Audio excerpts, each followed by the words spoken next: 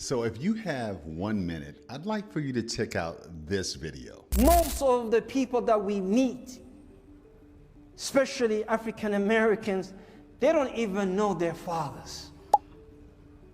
They don't even know their fathers. It was all of them, most of them were the product of one night stand. One night stand. They will tell you, I don't know my father. Well, who named you? Whose name are you carrying? Well, my mother chose his name for me. I don't know. Is that what we want for our ummah? No. So I want to say this with as much clarity as I can possibly say it. I don't believe that every Somali imam thinks this way, but this gives an indication that there are people who we have allied with, who we have supported, who we have taken on as brethren, because were it not for the African American experience, these people would not be able to do any of the things that they're doing. But we have to realize that some people are not our friend. There's a saying in the Black community, not all skin folks is kinfolk. So my decision is, if you came in during this time, I'm rocking with people who came in who have a heritage of experience in the Black community, specifically foundational Black Americans. Until you prove to me that you are an ally of mine, I'm not rocking with you. ICE is not deporting Black Americans. Let me say it again. ICE is not deporting Black Americans. Where is this coming from? What are y'all talking about? Y'all want people to jump on this ICE shit? If you are Black American, please mind your business. We have nothing to do with that. It's not racist. It's just the facts. This ain't even a race thing. This is our country. We're home. There's nowhere to send us. There's been a lot of loud arguments and confusion online and in communities after some Somali immigrants realized that Black Americans, descendants of enslaved people, cannot be deported from the United States. For some people, this realization came during moments of fear, especially as immigration enforcement actions increased and families started seeing friends, neighbors, or relatives taken by ICE. Emotions were high and frustration boiled over. Some Somalis feel abandoned. They believed that when deportations started happening in their communities, Black Americans did not show up loudly or visibly enough to defend them. So now, seeing that Black Americans are protected by citizenship, cannot be deported, some people are reacting with anger and resentment. They feel like the system is unfair and that solidarity only went one way. Anyway, guys, I'm going to let the rest of the videos roll. Then I'll come back with more commentary. Please do well to like and subscribe, and credit belongs to original creators of these videos. Let's go watch, then I'll come back with more commentary. Why do Black Americans fight for things that we don't even have? Immigrants have a country to go back to. We don't. We are stolen people, still trying to get what is owed to us. And y'all out here fighting for other people to get what they don't even owe to them. They just trying to get a second chance. We still trying to get our first chance in this damn country, and things is being taken away from us. And y'all worrying about people who, if we went to Venezuela right now, no offense, I couldn't get my baby in that school next week. I could not go to Venezuela and just get a job. None of y'all can. And y'all out here literally risking y'all lives and everything else to fight for people to be able to come to a country to do something that you would never be able to do in their country. What's the payoff for y'all? Are they going to go to Venezuela or wherever they from and say, hey, we need to find an outlet for Black Americans to be able to come here if they want? What's the payoff for us? Because as Black Americans, we continue to sacrifice blood, sweat, tears, and energy. And what do we get back from it? Once these people become immigrants, is they going to come back and help us? Are they going to start putting their blood, sweat, and tears? Because my great-grandmama, great-great-grandmama, great-great-granddaddy did all of that. So what's the payoff for us when we continue to stand up for these issues, and then when people get what they want, they forget all about it, and we back to a bunch of lazy people not taking advantage of the rights in this country?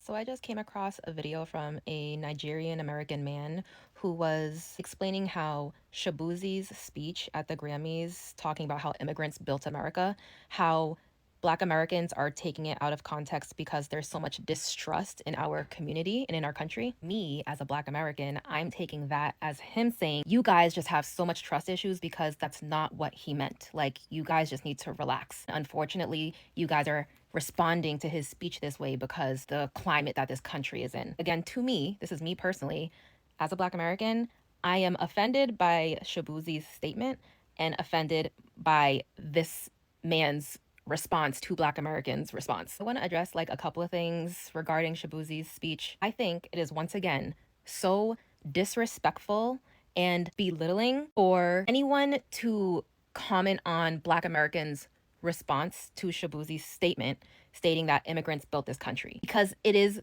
wrong. And when we Black Americans point that out, when we say that is not true, these are the facts, the response to us is like, ugh, again, you guys always have to center yourselves. This isn't the time to be doing this. Shut up. So when is the time? Because it seems that anytime we try to correct people on American history, on Black history, we're told to be quiet. It is never, ever, ever the wrong time to provide an accurate version of history. It is never going to be the wrong time to tell the truth. It is never going to be the wrong time to educate someone on facts. It will always be the wrong time to allow someone to run off with false narrative and then repeat that false narrative to major audiences. The second thing I find offensive are all the people going, you guys know what he meant. You guys just want something to be mad about. How would we know what he meant? He didn't say Black Americans built the foundation of this country on top of stolen land, had to fight for civil rights, which allowed for immigrants of color to then come here and build on top of the foundation they built, and it helped sustain this country. He didn't say that. So how would I know that's what he meant? He said immigrants built this country. Why would I know that's what he meant? That's not what he said. So yes, he's going to be corrected. There's going to be criticism. And when y'all allow shit like that to slide, all it does is further the divide. And someone is telling an inaccurate story of history in a time where history is being erased, specifically Black history. When that is happening, you need to correct them immediately. You need to educate them immediately. You don't wait. You don't wait just because, oh, we're in a moment where immigrants are the center of danger. Yes, they are. But that doesn't give the excuse to then give false narratives. It just doesn't. You can center immigrants. You can prioritize immigrants while still telling an accurate version of history, while still giving credit and appreciation to the people who suffered before they got here. It's very frustrating. And this is what I mean. It when you let shit like that happen, it just builds resentment, builds distrust. At no moment should we ever excuse the erasure of a group and their contributions and their history, just like we should not allow it for immigrants. I think that, first of all, we should actually understand the basic fact, right? Black Americans are not immigrants. They are citizens by birth. Their families have been in the U.S. for hundreds of years. Okay, long before modern immigration laws existed, they did not come by choice. Their ancestors were enslaved, forced into the country, and then spent generations fighting just to be recognized as full, beings under the law. The protection they have, today came from centuries of struggle, blood, protests and sacrifices, That protection was not handed to them freely. Many Somali immigrants came to the U.S. as refugees, fleeing war, famine, and of course, instability. The U.S. offered protection under refugee and asylum laws, but those laws are, political, fragile, and can change, quickly depending on who is in power. Refugee status is not the same as citizenship, and that difference matters a lot when ICE gets involved. This is when misunderstanding starts to grow. Some Somalis feel that Black Americans should have done more protesting, more defending, more speaking up, when deportation happened in Somali communities. But many Black Americans will tell you something else. They have been fighting non-stop for their own survival. Police violence, mass incarceration, housing, discrimination, healthcare inequality, and voter suppression are daily battles. Many feel exhausted, unheard, and of course, stretched thin. So apparently the Somali crew called Feeding Our Future was able to steal $250 million just by threatening Minnesota officials that they were going to call them racist if they didn't keep the cash flowing. And it worked? You know what? I'm just going to go ahead and tell you what it is. America has turned into a bunch of PUSSYs. You mean to tell me you let these people extort you for $250 million in 1 year because they threatened to call you a bunch of names? Are you for real?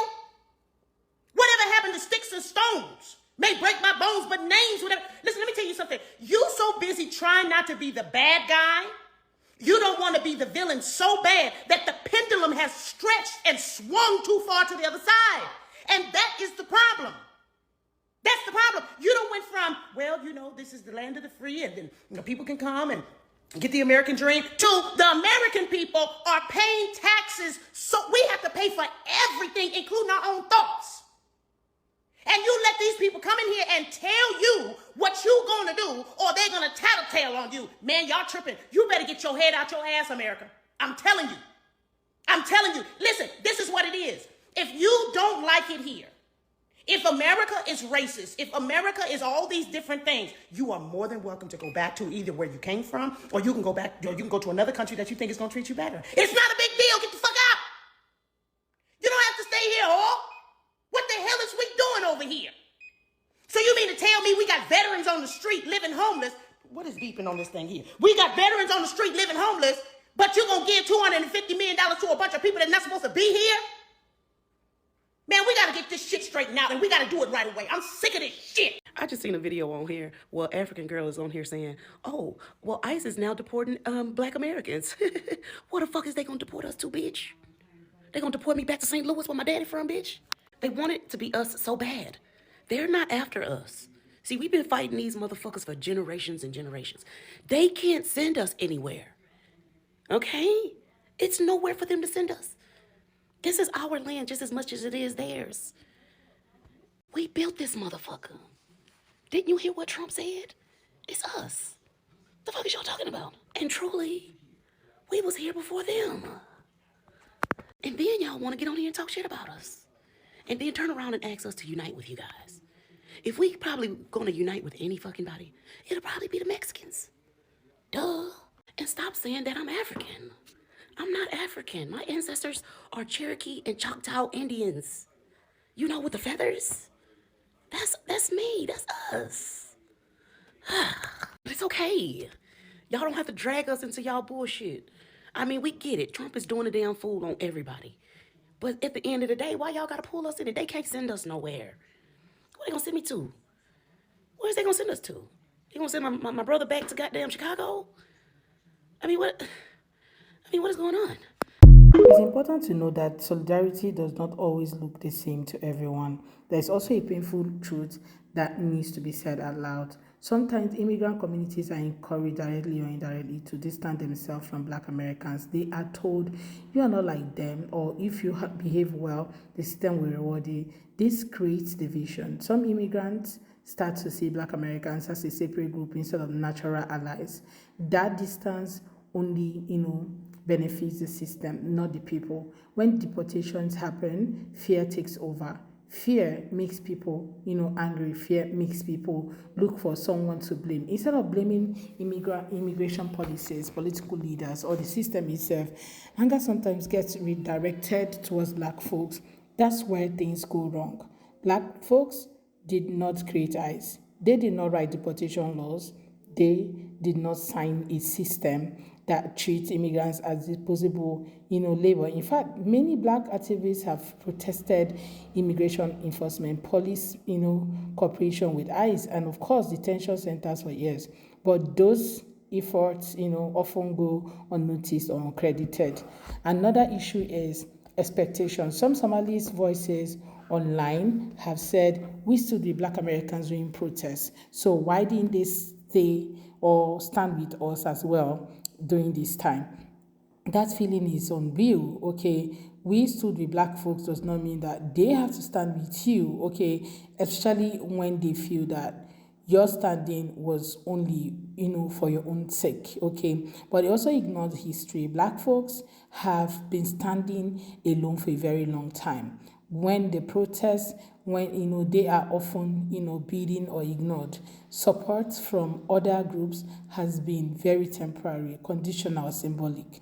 Solidarity is not a transaction. It cannot be measured like a receipt. There is also confusion around deportation itself. Some people mistakenly, believe that anyone black could be deported.